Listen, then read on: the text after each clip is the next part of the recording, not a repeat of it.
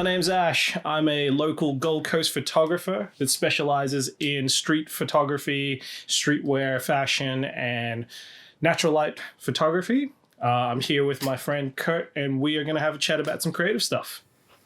Hey, and as he said, I'm Kurt, and I am also a Gold Coast photographer slash videographer. I've been going for about 5 years now, and I specialize probably in, a little bit of fashion and weddings and sports at the moment. So, yeah, we're just going to have a chat. So most people probably don't know, but obviously we've been friends for quite a while, going back to our band days when we were playing music together. But Kurt, you're actually the guy who really pushed me to get into photography. So I guess, first and foremost, I probably got to say thank you for obviously you being an influence on me, but your passion in photography. So shouts out to you. There you go.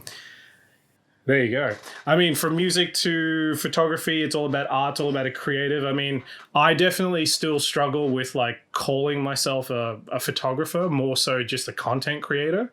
And I sort of put you in my tier above and as I guess what would it be? The guy I look up to when it comes to photography work and just sort of my guide. Nice. Yeah. Yeah, it's good. It's good. We've worked together on a lot of projects, and then you've given me a lot of advice and help on everything. So it's been a good learning. I guess you're a good mentor. That's the word I would say in terms of when it comes to the creative field. So yeah, well, as you said, I think we've probably known each other for. Yeah, it would have to be 10 years, probably at least 10, I would say. And that's the thing. I do remember seeing your band multiple times, and I remember you on stage. I remember you having a PRS guitar, which at the time I was pretty big on PRS guitars. And you were always the headlining band or at least the main support, So I was in a band, we were just starting, and I guess with you saying that, maybe in photography that I've maybe inspired you to do some stuff. Definitely within the music scene, I felt the same way about you. So that's pretty cute. It's a bit nice. And I think that just the more that I guess we've talked or collaborated over the past, say, couple of years, I feel like every conversation I've had with you has just re-inspired me as well, because they say that if you're teaching someone else or at least talking about it, then you kind of re-teach yourself. So there's been times where you've reached out to me and asked a few questions, and if I didn't know, then I've, dove into research it and then tried to, I guess, explain to you so the best you could understand what the situation was, whether it was from you first using lighting equipment and different lenses. I understand that you work and you've worked with electronics for the last few years. So you've been able to see it in your hands, but not necessarily be able to spend as much time out in the field until recently. So I feel like within the past year, you've grown so much because you have just got out there and shot, I remember talking to you maybe 3 years ago or something, and you were just a little bit lost and confused as to where you wanted to take it, or even if it was something that was an opportunity for you. And I think that you've really just created a little niche, especially with streetwear and that focus that you do, so... Yeah, no, appreciate it. Thank you. I think that's probably a good place to start. Going back to your point, I've always sort of thought of it as inspiration over competition. Cause when we were in bands, it always felt like people were trying to outdo each other. There wasn't so much camaraderie, which we'd probably missed previously with the North Coast hardcore and things like that. Yeah. And we were sort of in that place where bands were kind of they were starting to flood the market, and there were so many that Only the guys who clicked with each other really wanted to help each other. And I think moving on from that, like going into photography, I feel it was very much like such a collective of people. Like there's so many different creatives that and I know that we probably wouldn't have met through music or through anything else. And being able to collaborate and look at it as like as friends, even though we come from such different backgrounds and things like that. For sure. I think that you're right with saying that even though the bands, there was no real competition, I always felt like there was, there was this indirect competition, or it's like, oh, you had to be better than this band. And every time that your name would be on a bill, it would be like, oh, this band's on after you guys, they must be better. And I just don't think that's the case at all. Right? And transitioning to photography and the creative industry, man, I'm happy to help everyone. When I first started, I felt like, oh, maybe there were some secrets that I could keep to myself, but I learned quickly that it didn't actually matter. Like there's enough room for everyone in this industry, and you just have to be respectful and understand, what you can give back to, your fellow creators. Or it is cool because like I see kids or even people who have been in the industry for a while and they really inspire me, whether it's just something simple or something really cool that they've done, Yeah, I think especially being, going into photography, for me, like inspiration could basically come at any time. I mean, also with the fact that like you've worked with like clothing labels, I dabble in fashion as well. And like, I guess like when you're a musician as well, music or any sort of inspiration and creativity can come at any one point. So it's almost like an arrogancy to feel like that you have mastered it. Cause like I by no means like, like over the last few years have been, progressing and feel very flattered with everyone, saying, super nice things about my work and everything and being approached. But like, I never feel like I've mastered it in any sense, even to this day. Like, you buy something new and you're like, oh, how is this going to work? So I think it's just like, it's kind of like a humbling thing when it comes to being creative, is just being in touch with it. And, I don't like anyone, it's because it's anyone's perspective. It can be you just don't know until you see it. And I think that's the great thing about photography, like that has always been the one thing. Like I know you and like me and a few of our other friends, like if we couldn't do photography as a job, like we'd still be going out to take photos. Like it is just one of those things that I just thoroughly enjoy doing, For sure. Well, in saying that, well then why did you stop music then? Because that was probably on par with this same feeling that photography gives you, right? Like it's the same kind of feeling. Like, and the feeling that I have with music is that I never want it to stop, but there probably is a day when it will. Whereas photography, maybe there isn't a day. Maybe that's something that you can just enjoy forever. I think for me with music, it wasn't so much that I wanted to stop. I probably felt more burnt out than anything, that I had realistically run what was the course with it. I just didn't feel the passion that I really, really wanted to. And, the band had a lot of good opportunities and we did a lot of cool things and we worked really hard, and the music we put out was awesome. Or, personally, I felt it was really, really cool. Some of my best memories and a lot of my best friends come from music. So it will forever be like ingrained with everything that I do. The big thing, I guess, was just feeling, it just like, for as bad as it sounds, you were sort of in a one-sided relationship, and the love for music for me just sort of, I guess, fell off the track, and I just didn't feel like it was giving anything back to me. I was just doing it by that stage. And I mean, I ended up going on to do cover work, which itself was super fun and very different to the music and band stuff that we had done for so long. But I just felt like I was beating my head against a bit of a wall when it came to it, and just got a little bit, I just fell out of love with it, and I didn't feel like I was respecting it in that way, I guess. Yeah, yeah. And yeah, I guess that is the thing. It probably has a lifespan. You know, a lot of the bands that started before we did elevated a lot quicker, you know, than our bands. And now they're older than us and they've been doing it longer than us. And it just seems like maybe they are worn out as well, you know, but they probably can't stop because they're not in a financial position, or maybe because the record label has something over them, or, you know, they've got a contract that means they still need to keep doing it. I know there's probably a lot of guys that do music and photography as well. So they'll probably give up music, you know, eventually, and then keep pursuing photography.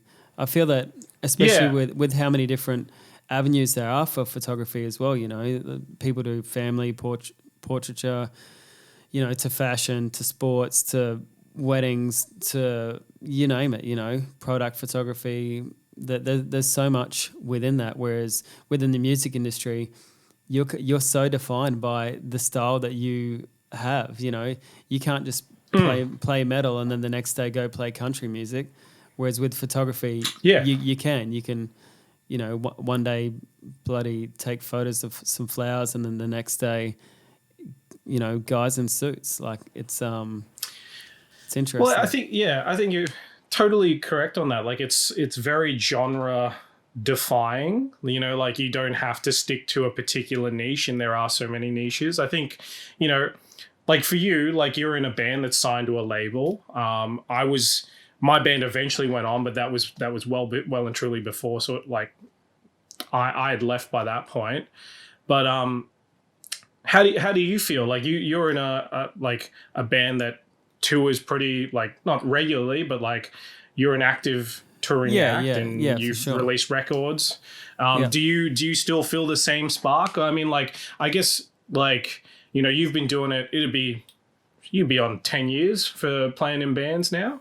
Yeah, definitely 10 years for probably hitting the stage, and then so before that, you know, before even hitting the stage, there was probably 3 years in that. So it sounds like I'm pretty old, but I think you know, the same feeling happens when I'm on stage and happens when I'm in a studio. It's just becoming harder with the time in between, because there is this passion for photography, and photography is essentially what earns me money as well. So it's a bit different. And I feel like I'm so creative with photography, and not that I have to work less harder, but with music, I grinded. I really had to work hard to come up with something, because I wasn't naturally a musician. I took it up pretty late. I was like 21 when I started really playing guitar. So it was already late into the game. So, so I feel I think it's definitely difficult, because like, I think people don't really understand, like when you're in a band, you are 5 different artistic individuals trying to create one goal. You know, as a photographer, like for yourself and myself, when we do a job, we realistically have one thing, is that's to capture a product or a person or a model or whatever it be, and we have to do it to the best of that capability. When you're in a band, like you might be the guitar player, but that may not be your best position in the band, and you may not know that or understand that. You know, like for me, like I enjoyed songwriting, but I hated touring, but I loved playing shows. So go figure, right? Like why did you hate touring? Just the shitty van that you'd have to be stuck in with 5 sweaty dudes, or? Yeah, pretty much. I think if we want to be honest with myself, like that was probably the health aspect is pretty terrible too. Yeah, You I know, think eating Macca's it's every just 2 hard. hours. Yeah. Yeah, it's tolling, it's difficult. It's just a little bit hard on you. And I'm not. I guess my idea of touring was always like a little bit more stardom based than it was like realistic, I guess you could say. Yeah, yeah, yeah, yeah. But yeah, definitely outgrew the sleeping on you know friends' floors and couches and whatnot. So Yeah, exactly. And I feel like that's probably where I'm at now as well. You know, it's taken a long time to, I guess, you know, create some records, be on a label, tour around. But now I'm probably at the point where I don't really enjoy sleeping on the floor of the van for a night, or someone's, you know, cat bed for the night. Like it's not enjoyable. So I well, I guess think that's it's a, different because if you're a photographer, you know, you're just say I've worked away at jobs where everything's paid for, my food, my accommodation for a week, you know, and it blows me away that there can be budget for that, but then in the music industry, there's not even a budget to cover 6 beers for your rider for the night. Like yeah. different industries. So It's so you were yeah, saying 100%. at the start that you don't consider yourself a photographer, but more of a content creator. How do you think those two roles differ in 2020? In 2020, I think I guess it's more of a self belief thing, is why I call myself a bit of a content creator. I did find myself doing a little bit more video for clients that I do work with. I do.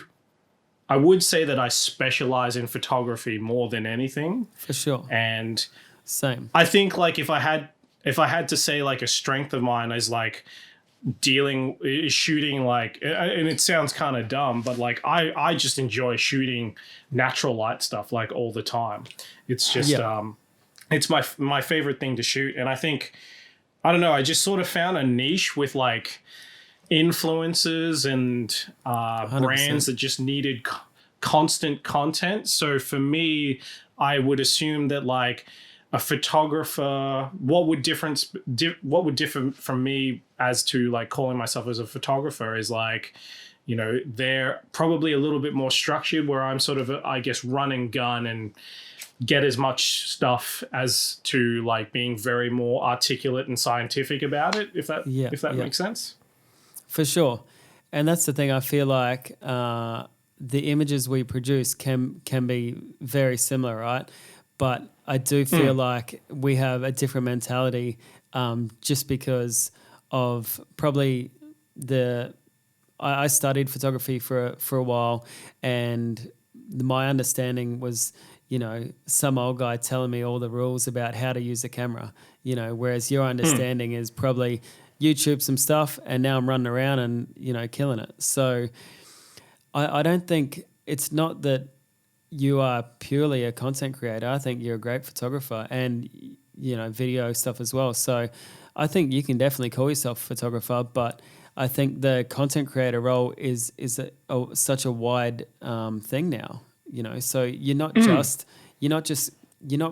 going in.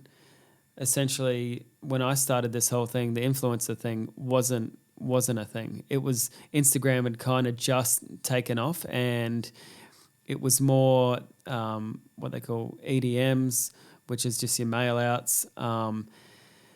And campaigns. So when I started, it was just huge campaigns every week. Yeah, my first big client was City Beach. So every week we'd go out and shoot these like, you know, $10,000 bloody days just to go out literally for these EDMs and then have online. So within the first, say, 3 years, that had changed from $10,000 days to then getting someone like you and an influencer for I don't know how much the budget is for you guys, but you know, for like $500, oh, here you go out and shoot like a whole campaign, and it's changed the game. I remember seeing your stuff, and you know, obviously we've been friends for a while, so it wasn't like I wasn't looking at your stuff. It was obviously it was coming up on my feed, and then one day something clicked. Like, what clicked? How did you, go from a guy with a camera to like an actual photographer? Like, what happened there? Because Um, I mean, it's great to see that actually happens. And for some people, they never transition from the guy with the camera to someone who you would actually pay to use. So yeah. I think a big thing for me was like mindset. Um, for a long time for me, I'd done it as sort of a hobby, and I guess a job situation kind of really threw me in the deep end where I was like, all right, I've got to go out and just shoot and see what I can make of this and see what sort of happens. And I think, just falling like completely in love with it as opposed to just going, oh, we go out and shoot and just hang out and have a bit of fun. And then I think it was, yeah, for me, it was like probably going from shooting once a week to like 4 times a week, I think was the big thing, getting so you think the hands-on, the experience was what kind of leveled you up, or would it be would it be the actual shooting side of things or the editing? Because I mean, do you feel like your style has changed much, or is it more the editing that you've mastered? I think my shooting style's definitely changed. Like I'm more conscious of like what I shoot on the day and how I shoot it, and trying to get the best possible shot I can get on in that time. And I think that with what you've got. Yeah, as opposed to going, oh, this kind of looks cool. Like, I mean, I'm very run and gun, so it's let's capture the moment, let's capture it, let's keep going, let's keep working. I don't review a whole lot of stuff, but I think the big thing was I picked up a couple of clients just from like throwing out some ideas, and then that sort of just, when I was shooting regularly, I started to understand that. And then obviously I think as you would have known, like your editing style changes. For me, like it changes monthly, weekly, however, depending on what you're shooting. And I think you sort of get a grasp and an understanding, and you start to feel like one with the camera, as lame as that sounds, like you start to understand like, okay, if I shot that, I know what I can get out of it when it comes to the editing process. Or sometimes I'll shoot things where I'm like, God, that was like the worst thing I've ever shot, and be like, wow, that's really, really cool. So I think getting an understanding more so of like why you're doing things. And I think also like really, I probably undersell myself as a person who understands lighting, but when I'm looking for it in natural light, I just seem to know more so what I'm looking for. And I just need to be able to adapt that to, actual like flash photography and lighting and stuff like that into it. Yeah. So with, that's natural light is awesome. It just sucks when you don't have it, right? So that's when you have to have the ability to use artificial light. And there's a lot of people that have lighting gear, but they can't use it that well. And I think that's something that you need to spend a lot more time on than you think. There's a lot of tutorials and things like that. I was lucky enough to study it and actually understand from one of my teachers who was really damn good at lighting, So having him as a mentor for about 6 months, he really pushed me to understand how to light subjects, and that's why probably a lot of my clients I use lighting gear. So that's just the way it is. Studio photography, I really enjoy it, and there's probably way more things that I'd rather be doing with the lighting setup than just the standard thing. But again, you need the studio space, which I don't have until recently. And then you need to shoot to want to just do something more interesting, something more dramatic, or to light with different colors and stuff like that. But, I'm always super envious of people who understand like, flash photography. Like I've got a lot of friends who yourself, like when you brought me out to do the Bronco stuff, like I was like in absolute awe, just trying to keep an idea of like, okay, how are we doing this? And it's just a lot to take in. And I think, like you said, there's so much to know from it.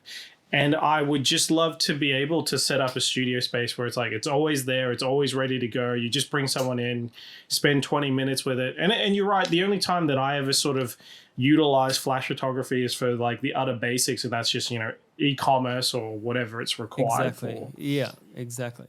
And I think just learning that and being able to master just the e-commerce side of things is still great, but there's so much more that you can do with it. So you wouldn't have to rely on natural light as much, and you could get a bit more creative with just the basics. Yeah, 100%. That's actually one of my goals this year, was to spend more time with lighting and understanding it and getting more creative with it and setting myself some goals in regards to that. But in terms of 2020, obviously things are pretty crazy with everything that's going on, which I sort of have no idea how we even got to this point. But one of the things I wanted to sort of ask you, as someone who's a peer of mine, like what were some of your goals this year that you wanted to crush? To get married was one of my goals. Yeah. That was like a main goal. Yeah. But now that's been postponed a year, so that's fine. I just gotta wait another year. No big deal there. I'll deal with that. But personally, probably I just wanted to push myself this year to actually get way more work. But given the current climate, it's just going to have to be a different kind of work to what I was thinking. Yeah. I was just thinking, yeah, cool, get more clients, shoot more, job done. See you later. Yeah. See you next year. But the thing is, that's why now, I'm trying to create some kind of things like this, where it's podcasts or interviews or a lot more video based or tutorial based things, just because I think that the world has evolved so much that like all of a sudden we're at the level where we rely on the internet to actually do anything. So right now it's kind of kickstarted us for the years to come, right? So it could be scary because people might understand that we don't physically need to be in a place or see that person. We can Skype or Zoom and even do our jobs remotely from home. Now that I have the ability to be at home, and then I can set up downstairs a full studio setup. I can have a model over, I can have products shot, I can do whatever. Especially with the limitations, there's only at the moment in Queensland you're allowed 2 visitors, so you could have, a female and a male model and shoot a whole product range, or you could have the model and then the creative director of the brand, if you wanted to. So we're still lucky at the moment, but I think that'll lock down even more, and then it'll just be, hey, you need to send your product to me, and then I'll figure out how to shoot it. Yeah, I think the one thing that's to take away from obviously the current state is adaptation, right? And I think in creative industries, there's a lot of people who are just in it obviously to make dollars, and I mean, we obviously get paid as photographers, and I think a big thing that will sort of come out of this is it'll flush out all the people who realistically don't know how to adapt to that sort of situation. Like for me, I've been lucky, like you said, I've been lucky enough to still be able to shoot one-on-one with clients. I've been able to get into a studio space and shoot content, and at the moment I've even got people, like clients, sending me things where like I just edit their work and they're starting to progress as themselves. So a lot of the people who are completely codependent on someone, like I've even got companies now linking me up to make sure that I can do their stuff here because the people they want to work with are up here as opposed to wherever they're based. So I think at the end of the day, you have to really be able to adapt to any situation, because as a creative, you would know, like, and a job may not come for 6 months, and that may not be because of the current state of things. That just might be because of anything, realistically, as a freelancer. For sure. But you're right. So I touched on it before. Within the past 5 years of me doing this, man, it's changed. Every year it's changed. You know, clients change, the industry changes, and you have to adapt to be able to do more things. And that's purely why I started doing video as well, because, you know, a year ago I didn't even want to touch video. It was just it's a whole nother game, and that's why I would rather say I'm a photographer, because I feel like I've not mastered that, but you know, I've gotten to the level where I'm really comfortable to do that compared to videography. So I've adapted to incorporate that. So now I can at least do that. And then the next thing will be probably live streaming to, you know, your client or to audiences. And the thing is, it's not about trying to make money, but somewhere along the way, right, it has to give something back to you, you know, and monetarily it's good to have an income, especially if you can't go out and shoot the normal things. So that's why ideally product stuff being sent to you is pretty great. And then, you know, to have a model probably come to your place or the space where you want to work is going to be the option. I don't think in the near future, you know, you won't be able to have 6 people at a shoot. It's just too risky for everyone to be there, and it's against the law. It's full on. I mean, so how are you sort of staying motivated in these current times? Honestly, I think I've been watching a lot more YouTube. So these YouTubers have probably had this stuff sorted for years, right? They've self-isolated because usually they're just talking to the audience, which is the rest of the world. But theoretically, they're not really shooting that much content for anyone. They're literally just uploading stuff to YouTube. So they've got that sorted. And I've been watching more and more YouTube stuff, you know, that you can spend so much time on there just clicking and clicking and clicking. And that's why at the moment, the current state of my office is just becoming like this Zen zone, because I've watched like too many YouTube tutorials, just being like, oh my God, LEDs everywhere, you know?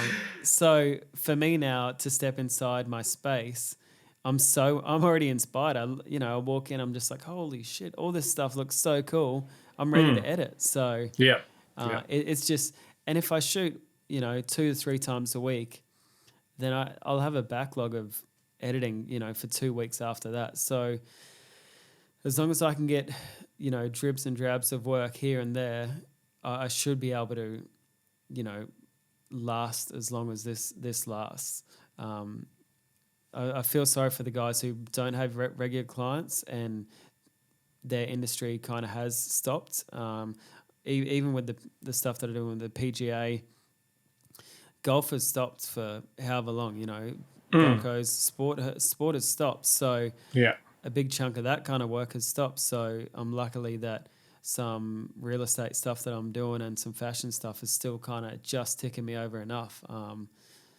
But even being a creative, you know, I'm always looking for new clients, always looking for new work, you know, just like you are. It's I enjoy having the conversation with people to try and better their brand or better their, you know, whatever they're trying to do. If I can just bring help, you know. Yeah, just even bringing something different to it. You know, that's the thing. Like, for sure, you and me could go and shoot the same brand on the same day with the same model, and it would just be how you 100%, right? It's totally different. You know, I'm still sitting there going, how come my photo doesn't look as good as yours? But I mean, it's the same for me. Like, I think it's important that your place of work, like I know a lot of people are struggling now, like with working at home because they've never had to do it before, but you know, and I know that like this sort of job, this freelancing job, you work wherever you can. You work as Exactly. hard as you can, wherever you find the place, and home is just one of those convenient places to do that. I've been lucky enough to, Yeah. you know, like you set it up as good as possible until the ability to do something where you can go somewhere almost like a 9 to 5. But I mean, the Yeah. joy of what we do is that it can be anywhere, it can be anytime, and it can, you know, what we would associate putting 40 hours into doesn't ever feel like that. So, No. But do you think that that this current situation has altered your lifestyle or the way you live much? Or it's pretty similar, just maybe restricted some jobs? I think it's restricted definitely work for me. The thing that I probably, I guess, sort of come to realize is I'm a bit of a clean freak, and probably have a little bit of a doomsday prepper inside me when it comes to these sorts of situations. And I think I've always sort of known that, like, you know, having still work in retail, like the general public is, you know, like, for lack of a better term, they're all pretty disgusting, like whether they choose to believe it or not. So, you know, I think the big thing about this is like people will have to understand what cleanliness is, and you know, it's completely like you'd be hard pressed to think that the world will even go back to shaking hands after this. It's Yeah, yeah. but for me, life in itself hasn't really changed. I'm not really like, I like going to the gym. I like being active, but I'm not. Yeah, so I'm not. probably that's probably limited there. Yeah, Like that would but be in terms of like my social capabilities, like I guess like I kind of already lived a bit of an isolated sort of life. You yeah. know, like a lot of it was already online, and you know, like I try and keep tabs and make sure everyone's okay, and see how they're going. Yeah. But like my interaction has always generally been one on one. It's never been really super group based. I've never really lived for the weekend per se. You know. Yeah, same. And I feel yeah, that's probably where we're pretty similar as well, because this has affected me work wise as like the amount of work that's come in.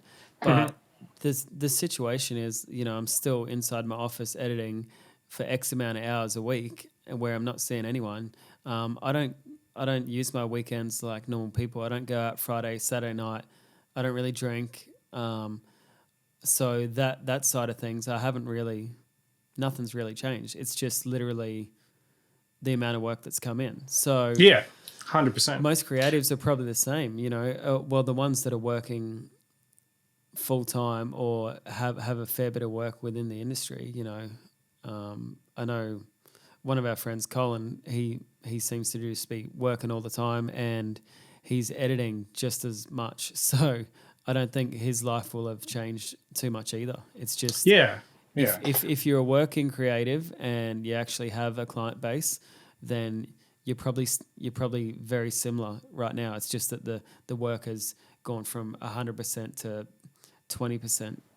Yeah, I think the big thing is, like, as a creative like yourself and myself, and like even with Colin, like you get to work on a couple of like personal projects, which you probably, like for me especially, like put on the back burner because you kind of go, well, I'm getting paid to do this, so I've got to get that done, and and you kind of don't get the time to put and immerse yourself into what a personal project could be. So for me, I really tried at the end of last year to get like a weekly video up on YouTube, and I was really enjoying it, but then found myself going, So was I, and then you stopped. yeah, you know, and you kind of put this work into it, and then you put all this time and effort, but then you're getting paid by someone else, and you've got to go, oh, well, I've got to go do that. And it's the same with this. You and me, we've talked for a long time about going, let's get a vlog together, let's get a podcast together, let's get something together that we can work on. And Yeah. you know, it's hard to prioritize that when you are working so much. And for me, it's kind of freeing to feel relief to be able to go, hey, I can spend the time on this personal project and make it the best it can be, you know? Yeah, for sure. So, and I guess people probably don't understand. Like, we've been talking about this probably for, I don't know, anywhere from like the last few months over the course of it, and just even the collaborative idea of like what type of gear we're trying to get together just to match up everything. Were we planning on sitting in the same workspace? Were we trying to, then obviously with everything that we're doing it separately. So, it takes time to put into it what you want to get out of it. Yeah, yeah. So with that, I guess the isolation has allowed us time to maybe focus on more personal projects or other outlets that aren't monetary based, right? So like, we're not getting paid to do this. It's just something that we're interested in. We both listen to probably a lot of podcasts, probably very different. I listen to a lot of golf ones. I don't know. What do you listen to? I can't say I listen to much golf ones. I listen to a lot of NBA statistic podcasts and and business, like fashion business and business in general. So like, I was going to probably ask you this at the end, but like, I listen to Gary Vee. I listen to Ice Project, he's the guy who runs YKTR. And then I listen to a stack of just NBA podcasts when it comes to whether it's statistical base or just general rumor base and talking back and forth with athletes. So that's kind of like my thing. That's what's got me interested in like podcasting. And I've always enjoyed talking about cameras and talking about being creative. So I felt like, for sure, this is like the perfect time to get on the train, I guess, with it. Yeah, I agree. So what do you think future podcasts will entail? Maybe we could talk about some of the gear we have, some of the interests. Get other guys on board just to chat and hear what they have to say about being a creative. Because we're all at different levels within our career. And it'd be interesting to talk with someone who's kind of just started, or even someone who's a heavyweight in the game. There's been a lot of photographers that I assisted, a few years ago that were big name fashion photographers. Maybe we could try to get one of them on board and just have a chat and see how they're doing within this time, and then also see how the industry has evolved for them over the last few years.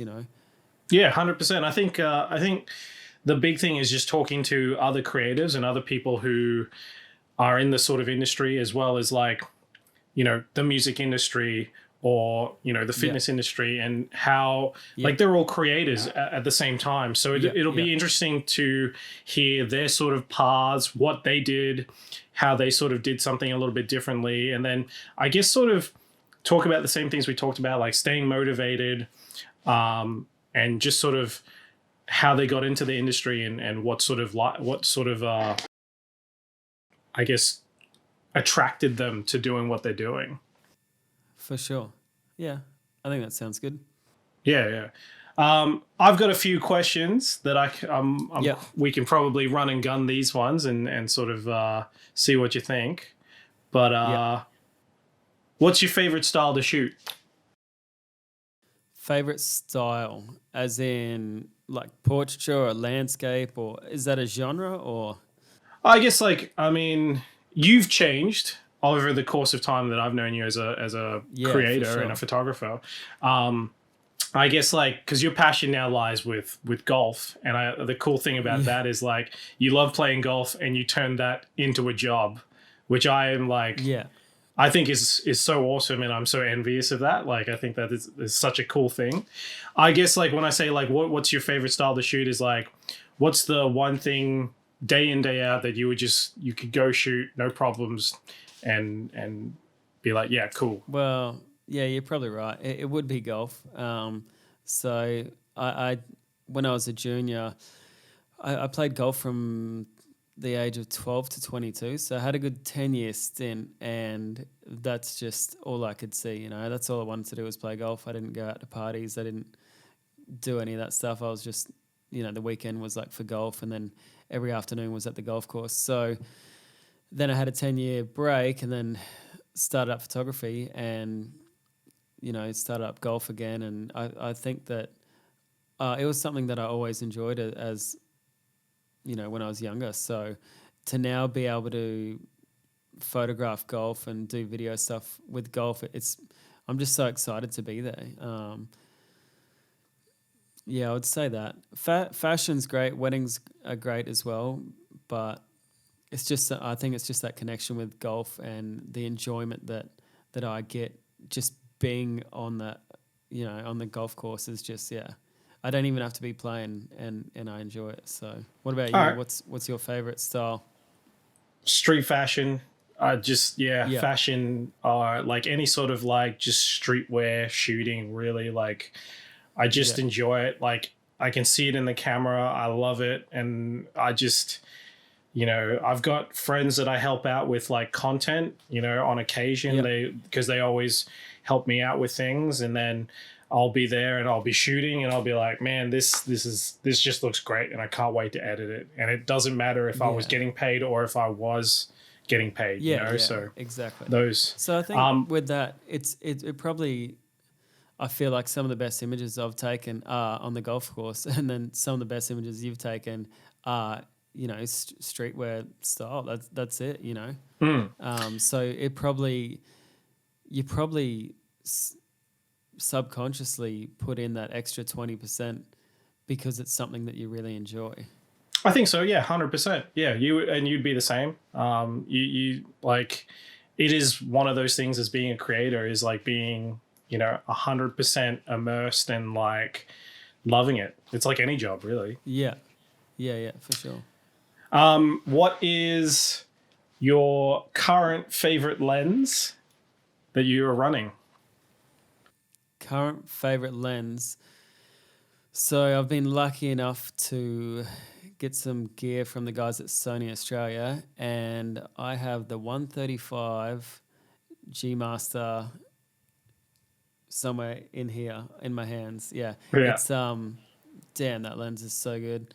But it is such a specialty lens. You can't really you can't shoot just around your house with it, Yeah. It's definitely the lens that's perfect for social distancing because you've got that separation. But man, I took some shots. I had it for President's Cup, which is like a golf event in December, and oh man, some of just that depth and how sharp it is. It's such a beast of a lens. If there was one lens that I had to choose, that would be it. And I'd just live with it. That's it. I would just shoot all the time. What about you? What's your favorite? My current go-to is the 35 Sigma 1.4, which I recently picked up. It's probably my favorite like focal range to shoot at. But in the bag, I've got the 35 to 50 and the 85. So I'm a prime guy. I really like using variable zoom lenses, but the 35 has just been phenomenal. I enjoy the depth of field on it. And I like the versatility of being in a small area and utilizing it in wide areas, and just having a bit of, I feel like it's versatile being able to get close and get depth of field and still be able to step back and get some good depth of field. Yeah, exactly. And it is a lens where you can show a bit more of the environment that the person's in. So that's good. 100%. Yeah, no, that's definitely been, been one of my favorites. I did really want to get the 1.2 that Sigma brought out, but I just didn't feel like the price was what's the worth price the difference? upgrade. Is it double or? Yeah, it's more than double. So yeah, I think like you can pick up a 35 for about like 1,100 or 1,200. Yeah. And then like the 1.2 jumps up to like anywhere from 2 to 2.5, I think. Yeah. So it'd be okay. I think if it's the only lens you needed, but it's not. Yeah. I think if I was going to spend that sort of money on something, I'd probably look at a 70 to 200 or something like that. Yeah. Cool. But all right, I got some quick fire questions just to wrap some things up. We've been sort of chatting for a little bit, but I guess, you're a musician, I'm a musician. That's where we grew up. That's where we started. What are you currently listening to? Nickelback.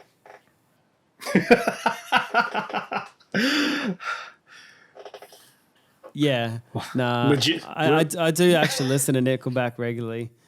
Not regularly, once a month, just to get the Once a feels. month? But currently, man, my music taste has changed a lot. I'm listening to a band called Don Broco. Don Broco from, I don't Yep. know where they're from, England, somewhere, some accent. But yeah, they're pretty great. What Yep. about you? What do you Awesome. listen to? Flume, Skrillex. Nah, actually, I'm really enjoying the new songs from Dance Gavin Dance for their new album. Oh man, such a good band. Yeah, so I've been really, really enjoying that. And the new Don Tolliver album, which is he's a Travis Scott collaborator, Yeah, and okay. that's really cool. And I've been pumping the Biebs album. I think the Biebs album, I'm a Really? believer, so Man, it's cool. I've never listened to a Bieber record in my life. Really? No. Who's your current favorite YouTube creator? Oh yeah. Yeah, so I mean I subscribe to a lot of stuff and each day it kind of comes up with, you know, new videos that I've subscribed to. A lot of people say Peter McKinnon. He's okay, I guess. There's this one guy. Let me find it. He's called Accessorize or something like that. And man, he is, I don't know, he's really cool. Let me look in my recently watched. How do you find out that? Library. Yeah, library. Previous watch, I think. Yeah. Yeah. So what he does is he does like a lot of these all black gear kind of setup things where like he'll be decked out in all black clothes, black accessories, black phone case, and just goes through that. So yeah, his name is. There's a lot of gear stuff that I have a look at just because obviously when I'm upgrading, you know, or like I recently got this mic, I did went to a lot of reviews and just saw what was good, what wasn't. Okay, so the guy's name is Accessorize Me. All right, we'll check it out. And yeah, it's really cool. What about you? I know this guy probably doesn't get really as much credit for probably being a YouTube creator, but I really enjoy Joe Rogan. I think, Yep. you know, he's definitely an innovator when it came to like podcasting as well as like putting it on YouTube and whatnot. I really Yep. enjoy Manny Ortiz, who is a Sony user as well. Yeah, Sony guy. Yeah. And actually, there's a movie reviewer guy called Let Me Explain, which his stuff is unreal. So they're probably my three sort of go-tos. But yeah, like Rogan, especially with everything that's going on, like I just enjoy hearing him and his discussions about everything. So Yeah, talk about world situations or like I don't listen to him personally, so what kind of things? I think mean, he's a lot of people listen to him, so yeah. I mean, he covers a lot of stuff. Obviously, at the moment, it's very much based around like the social happenings COVID. and COVID and everything. But yeah, I think he's just got like interesting viewpoints, and he's very good at asking the right question. The right question. Yeah. Which is a fine art in itself. But he's good, and you know, obviously being a UFC fan, I just, you know, it's easy for me to listen. I throw him on and sometimes just sit and edit and just let him talk away. So yeah, I just enjoy his viewpoints, and he's always got like really interesting people that you would just never think of. So Yeah, cool. but yeah. I guess that's it for this one. That's it. We'll see what we've got, what we're working with. But where can people find you, Kurt? Let them know. Where can people find me? Yeah, where can they find you? Like on social media? At home, man. At home. No, at home. We can't go out. What are you talking about? I can't go to the local RSL for the Palmy night. No. Yeah. So on the internet. Kurtogram. That's it. There'll be a link somewhere here. What about you? For me, Ash T Jackson. That's where you can find me. Thanks, Kat. What's the T stand for? Is that your middle name, or you just had to chuck something in there because you couldn't have Ash Jackson? That is the first letter of my middle name, so yes, it is true to form. Theodore. Who would have guessed? Theodore, yes. I'll put that one down. But Tina. Tina's also a good one. But yeah, Ash T Jackson. That's where you can find me. Website, Instagram, Facebook, all those good things. You can also follow Hidden Visions, which is my clothing brand. And yeah, what about you? Yeah. You've got the band and everything, and anything else? No, that's it. That's it. Oh, good. Cool. Yeah, happy to chat, and we'll do it again. Yeah, sounds good. I'll talk to you soon. Sweet. Cool. Thanks, dude. See ya. Bye.